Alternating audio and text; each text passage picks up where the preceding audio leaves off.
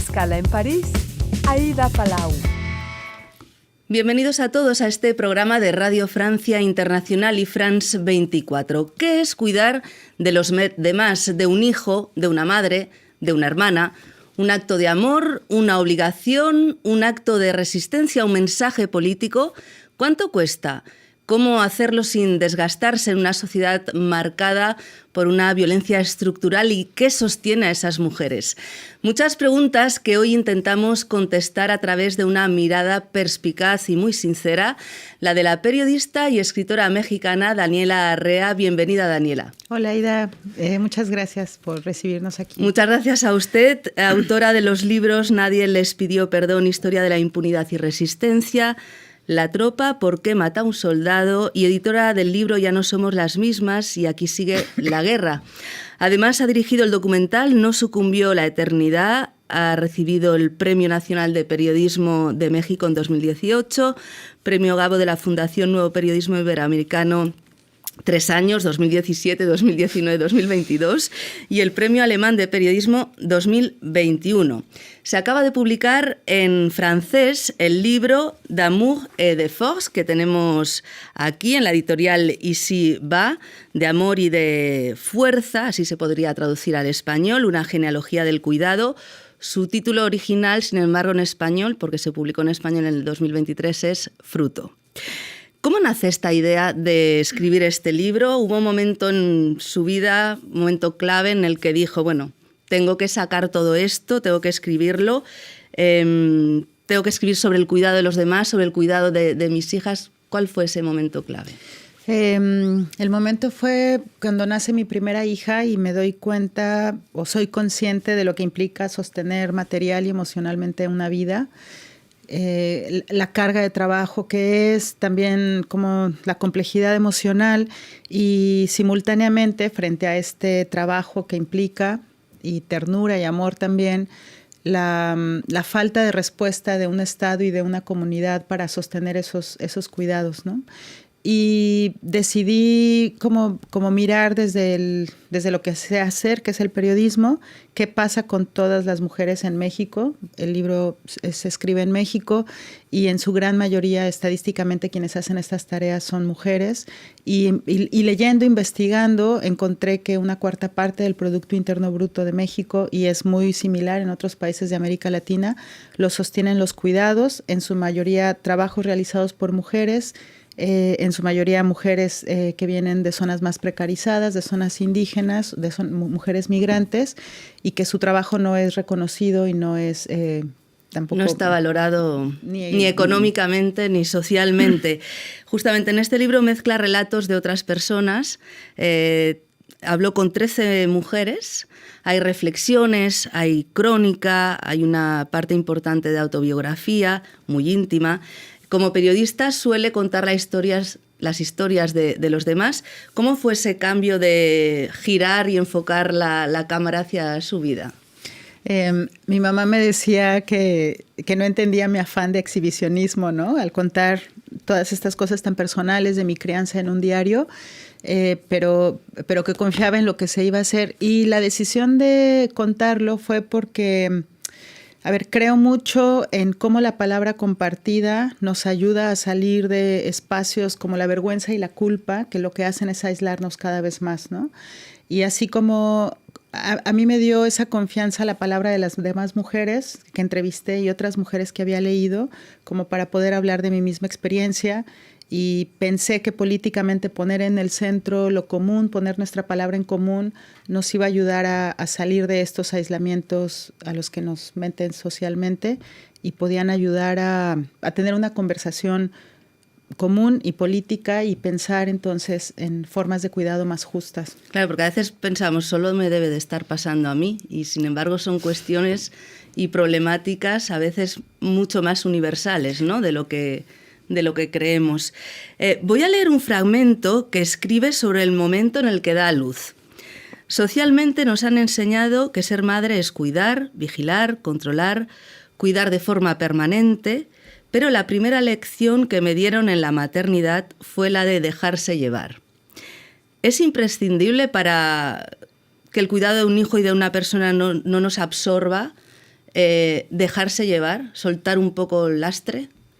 A ver, creo que es importante dejarnos llevar en el sentido de confiar también, confiar en que las personas que cuidamos también nos cuidan, también nos acompañan en ese cuidado, incluso aunque sean bebés.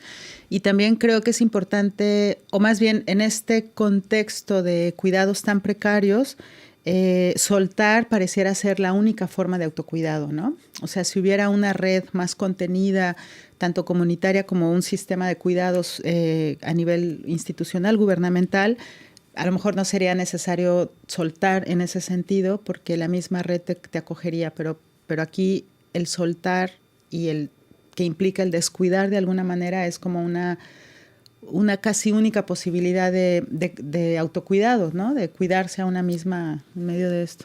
Es una de las diferencias que igual ha visto durante estos días de promoción en Francia del libro entre México y Francia, ¿no? El apoyo estatal que puede haber en países como Francia y que en México falta. Claro. A ver, en México hay una red familiar que creo que es más sólida o más presente que la que hay, al menos o lo que he podido escuchar aquí en Francia. Y en Francia hay un Estado más presente en comparación a lo que hay en México. Sin embargo, creo que lo que comparten siguen siendo, al menos en familias heteronormadas, siguen siendo estructuras muy divididas por género, ¿no? Las tareas, qué tareas le toca a quién. Y si bien en ambos países esto se está moviendo, está cambiando, a mí sí me gustaría como dejar sobre la mesa qué tanto estos cambios, es decir, que el hombre se involucre en las tareas de cuidados, también depende de los privilegios con los que se cuenten, o qué tanto, sí, como esta modificación de roles va a depender de eso, y entonces qué podemos hacer para que el mandato de género no termine por precarizar todavía más la vida de mujeres, ¿no? Hay un aspecto que es el de la culpa. No es fácil a veces soltar, ¿no? Lastre, porque interviene este sentimiento de culpa. Uno de los relatos en el libro es el de Avelina, que tiene 70 años. Creo recordar que ha criado a 10 niños, a 10 hijos, y todavía a los 70 años tiene una pesadilla que es que se deja a uno olvidado entre las sábanas. Es cómo se arrastra esa culpa durante décadas, ¿no? Avelina es una mujer que entrevisté y ella justo es de las mayores hijas de su madre, entonces le toca cuidar a sus hermanos pequeños y después le toca cuidar a sus hijos y después le toca cuidar a los hijos de sus hijos, ¿no? Entonces es una mujer de 70 años que no ha parado de cuidar y tiene esta pesadilla que para mí simboliza esa carga y esa culpa, como lo dice Zaida, y creo que yo creo que la culpa opera en nosotras porque hemos sido pensadas y construidas históricamente desde muchos siglos atrás en que nuestra labor es una muy específica, que es la reproducción de la vida y que tenemos que hacerla de cierta manera, ¿no? Y creo que hablar de la culpa o ponerla sobre la mesa para mí es importante porque también nos invita a pensar como a quién le sirve nuestra culpa, ¿no? O de qué manera opera la culpa sobre nosotras. Me parece que opera como una manera de controlar y eso creo que de nuevo al hablarlo, al compartirlo, podemos ir como despegándonos esa culpa, entendiendo de dónde viene, ¿no? Esa culpa sirve igual para seguir reproduciendo ese esquema de cuidado exclusivamente femenino. Muchas de las historias de cuidado en el libro están atravesadas por la violencia que se vive en México, violencia de todo tipo, familiar, desapariciones, violaciones. ¿Qué lugar ocupa esa violencia en las cuidadoras? Uy, esto es súper importante. A ver, yo no pensaba hacer un libro, o sea, para mí fue muy paradójico en la escritura del libro darme cuenta que mientras escribía un libro de cuidados, las violencias brotaban, ¿no? Y entonces eso me hizo pensar como en el asedio constante que hay en la vida de las mujeres en el mundo entero. Y otra cosa que me hizo pensar es que, o sea, por ejemplo, una tercera parte de los niños en México ha sufrido violencia doméstica. y una cuarta parte de las mujeres adultas mayores en México sufre violencia doméstica y las principales violentadoras son las hijas que cuidan a las madres y las madres que cuidan a los hijos. ¿Y esto de qué nos habla? Nos habla de que están cuidando en condiciones muy precarias, en condiciones de mucho estrés, en condiciones de mucha soledad, y eso genera la violencia. Entonces, para mí es importante plantear esa violencia o evidenciarla porque nos hace pensar en de qué manera tienen que ser los cuidados para que los vínculos que generen no sean vínculos cruzados por la violencia. Heredamos esa parte de cuidadoras, ¿no? Para la eternidad, pero hay un testimonio que es el de Jenny, que decide defender a su madre, sumisa a su padre, que es violento, porque eso también se hereda, ¿no? Lo de aguantar la violencia, aguantarla. Y Jenny se lleva a su hermana y se lleva a su madre porque ella tiene miedo que su padre las mate, ¿no? Y ella decide que ella ya no va a ser sumisa como su madre. Usted escribe, no todas somos madres, pero todas hemos cuidado a alguien o nos han cuidado. El cuidado no es algo reservado a las madres, ¿no? No tienes que ser madre para cuidar. Jenny está cuidando de su hermana y de su madre sin ser ella madre, ¿no? Sí, una intención básica para mí en la escritura del libro era situar el libro en un espacio de cuidados y no de maternidad, porque creo que es necesario sacar la conversación solo de ese lugar o de ese nicho y realmente las entrevistas, algunas son de madres cuidando a sus hijas, pero está la historia de Jenny cuidando a su madre, está la historia de Mónica cuidando a su madre con depresión, está la historia de Alejandra cuidando a su madre que enferma de VIH y después cuidando a sus hermanos cuando ella muere, cuando la madre muere, y además las hermanas mayores cuidando a los hermanos menores, y podemos seguir pensando en muchos cruces de cuidado, ¿no? Ahora las familias están siendo distintas, ya no son padre, madre, hijos, sino que a veces son compañeros, amigas que se reúnen y ahí también se cruzan los cuidados. Entonces, pues es que sí, o sea, los cuidados nos cruzan a todas, ¿no? A todas las personas que estamos hoy vivas, es porque gracias a que alguien a lo largo de su vida nos ha cuidado, ¿no? Y nosotras también. Bueno, el libro termina, ya no nos queda mucho tiempo, pero quería hablar de este aspecto. El libro termina con una cita de una de sus hijas que dice, estoy ayudando a mamá a escribir un libro. Estoy muy contenta, pero también es muy, muy cansado. ¿Qué le gustaría que sus hijas retuvieran de este libro cuando sean mayores y lo lean? Bueno, qué bonita pregunta. Me gustaría que se sintieran más libres de lo que yo fui y de lo que mi madre fue, de la culpa, de la vergüenza, del mandato. También me gustaría que fueran conscientes de todo lo que ha implicado que ellas estén vivas, o sea, que sean conscientes de todos los lazos que las han sostenido. Y también me gustaría que, o sea, yo sé que la maternidad es muy pesada y que como madres vamos a ser insuficientes para los cuidados que requieren. Entonces me gustaría que vieran en ese libro una especie de red de mujeres que con sus historias están ahí también para cuidarlas. Pues muchísimas gracias, Daniela Rea, y le deseamos mucho éxito con esta edición en francés de su libro Fruto. Muchas gracias. Gracias a todos ustedes por habernos acompañado. Ya saben que también nos pueden seguir por internet en rfimundo.com y en france24.com. Hasta pronto, amigos. Sus historias inspiran el futuro. Su día a día es la actualidad. Su cultura, sus luchas, sus éxitos están en el corazón de nuestros programas. Les contamos los que hicieron América Latina y los que la construyen hoy. Les contamos un mundo hecho día a día por los que lo habitan. Liberté, égalité, actualité.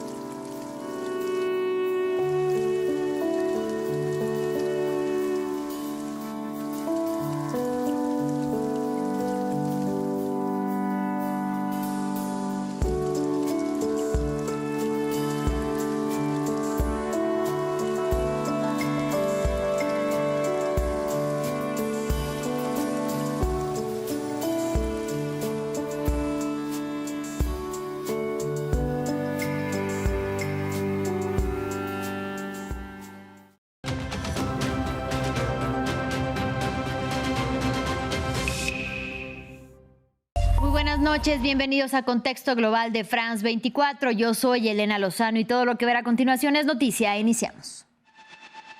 Israel ataca nuevos puntos de Teherán y el premier Benjamin Netanyahu vuelve al discurso de que su objetivo es acabar con el arsenal nuclear iraní. En tanto, la Casa Blanca anuncia que Donald Trump decidirá si suma a Estados Unidos a la guerra en las próximas 2 semanas. Y mientras Tel Aviv y Washington afirman que Irán podría tener un arma nuclear en un par de semanas, el director del organismo de energía atómica aseguró en una entrevista con Al Jazeera que textualmente no se tiene evidencia alguna de que la esté construyendo. Y esto sobre la legitimidad del OIEA tendremos análisis. A tiros y en el exilio fue asesinado un militar nicaragüense en retiro, opositor al gobierno de Daniel Ortega. El asesinato ocurrió en San José, la capital costarricense, al interior del condominio en el que vivía. La oposición responsabiliza a los copresidentes nicaragüenses del hecho.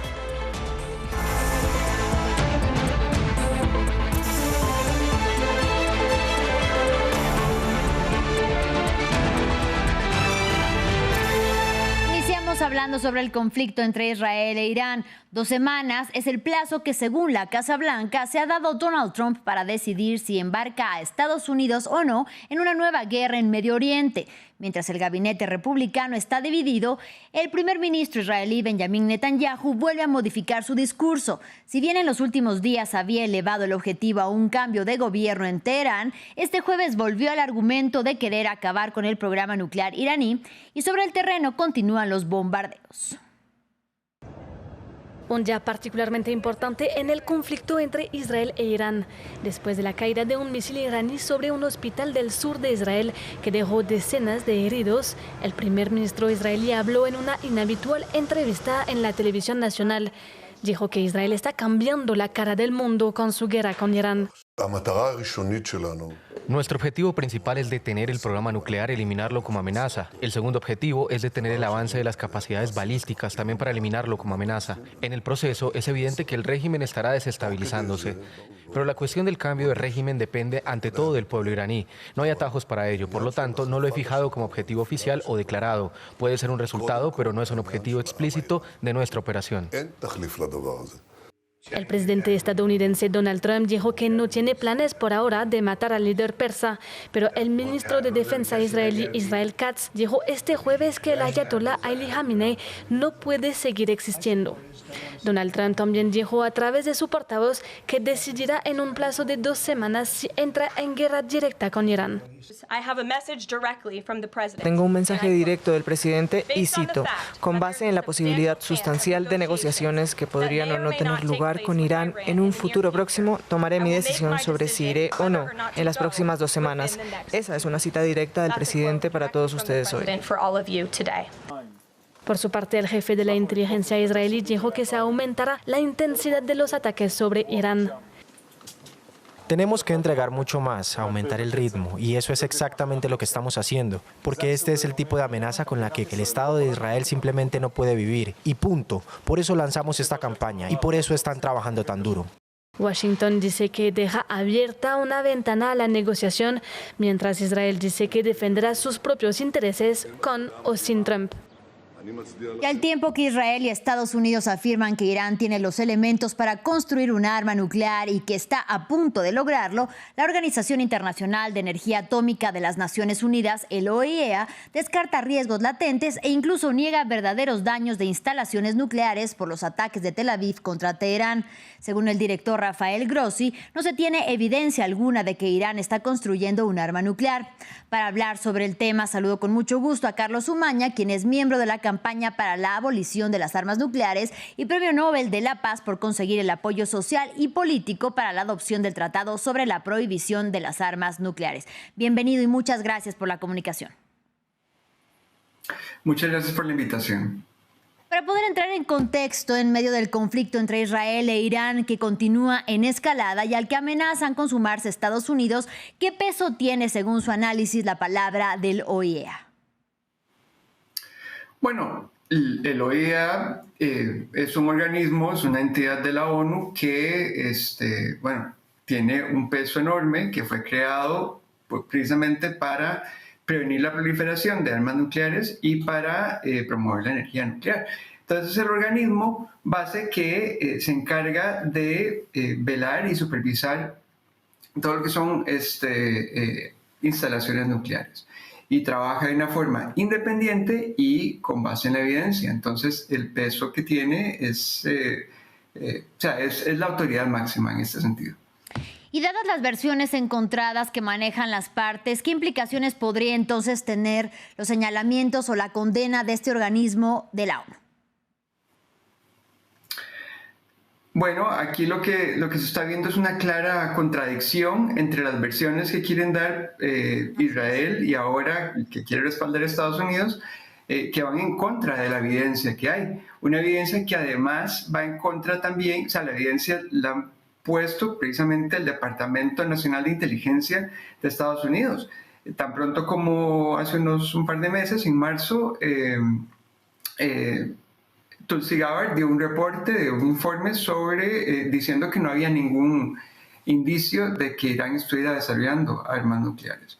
Entonces, estamos viendo aquí una cierta contradicción con, por un lado, la evidencia y por otro lado, también con el derecho internacional. Usted se refiere precisamente y acertadamente a la OEA como el máximo organismo en la materia. Nosotros decíamos que Israel y Estados Unidos aseguran que Irán estaría a pocas semanas de la fabricación del arma nuclear, pese precisamente a las conclusiones del OEA. ¿Cómo se compromete o cómo se puede ver comprometida la legitimidad de este organismo y el sistema de no proliferación en el contexto actual de un conflicto en escalada? La legitimidad del OIEA no se ve comprometida tanto así como la credibilidad de Estados Unidos y Israel en ese sentido, ¿verdad? Porque si ya la legitimidad del OIEA está establecida. El OIEA es un organismo internacional, parte de la ONU, que es apoyado por un sistema multilateral fuerte. Entonces estamos viendo cómo hay dos países que no solamente están contradiciendo la evidencia, lo OEA, su propia evidencia, y también están actuando en contra de los acuerdos internacionales y del derecho internacional humanitario. Entonces aquí nos está comprometiendo la legitimidad del OEA como la credibilidad de estos dos países, por lo menos en este momento de Israel, que ha cometido, según todos los indicios, un crimen de agresión. Pero ¿cómo podríamos decir que no está comprometido si finalmente esta información está siendo contrastada con estas dos potencias en momentos en los que, por ejemplo, en términos prácticos, lo que diga la OEA, que recordemos en su momento señaló antes de que iniciaran los ataques por parte de Israel, que Irán no estaba cumpliendo con el acuerdo de no proliferación y que esto en la práctica pues no ha tenido resultados? Es decir, se compromete la misión, o no, digamos que no la misión propiamente, ¿verdad? Eso es un reto para la misión de no proliferación y para la misión de proteger los usos pacíficos de la energía nuclear, y también compromete el multilateralismo, ¿verdad? Porque si un país se somete a la supervisión de la OEA, se somete a los mandatos del derecho internacional y eso aún así no lo protege, pues sí deja entredicho ya no solo el OEA, sino el sistema multilateral en sí, ¿verdad? La legitimidad propiamente del OEA no se compromete, como si el multilateralismo, el seguir las recomendaciones de una agencia internacional y el seguir lo que dictan los tratados internacionales y el derecho internacional.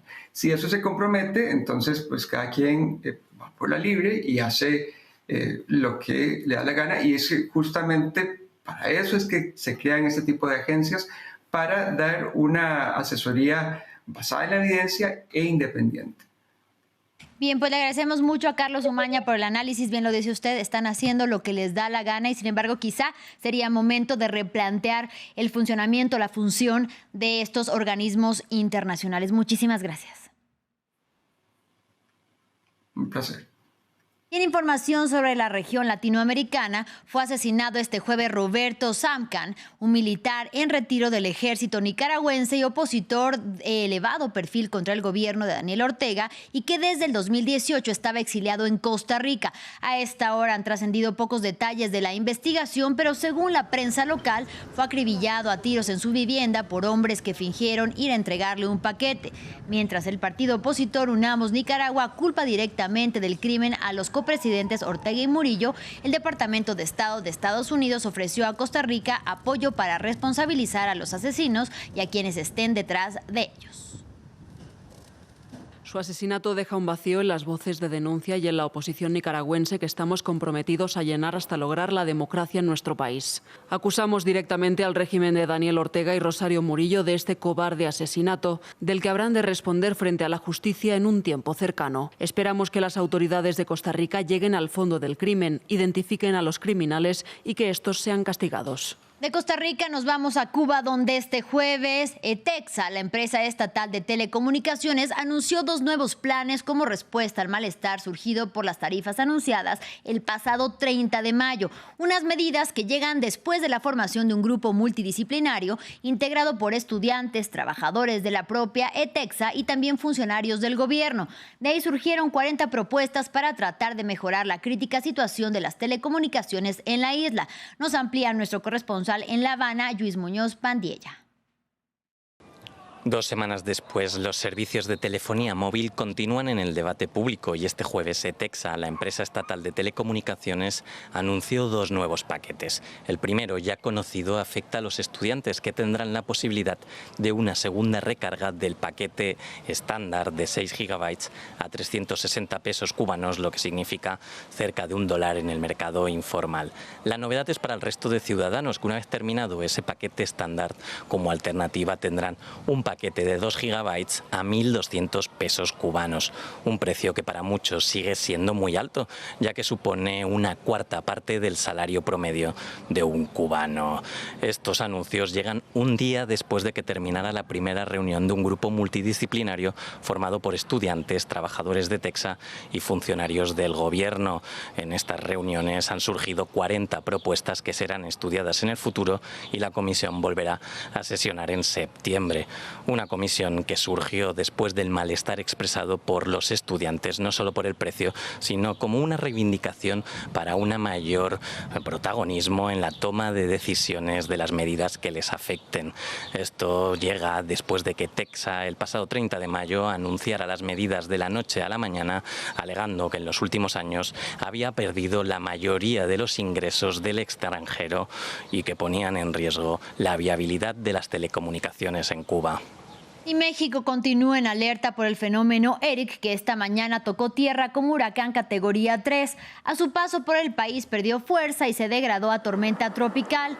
Según informó la presidenta de México, Claudia Sheinbaum, no se han registrado víctimas mortales y se esperan lluvias de fuertes a torrenciales en las entidades del sur. Así llegamos al final de este espacio informativo, pero si quieres saber más, mucho más, quédese aquí con nosotros en France 24. Hasta la próxima.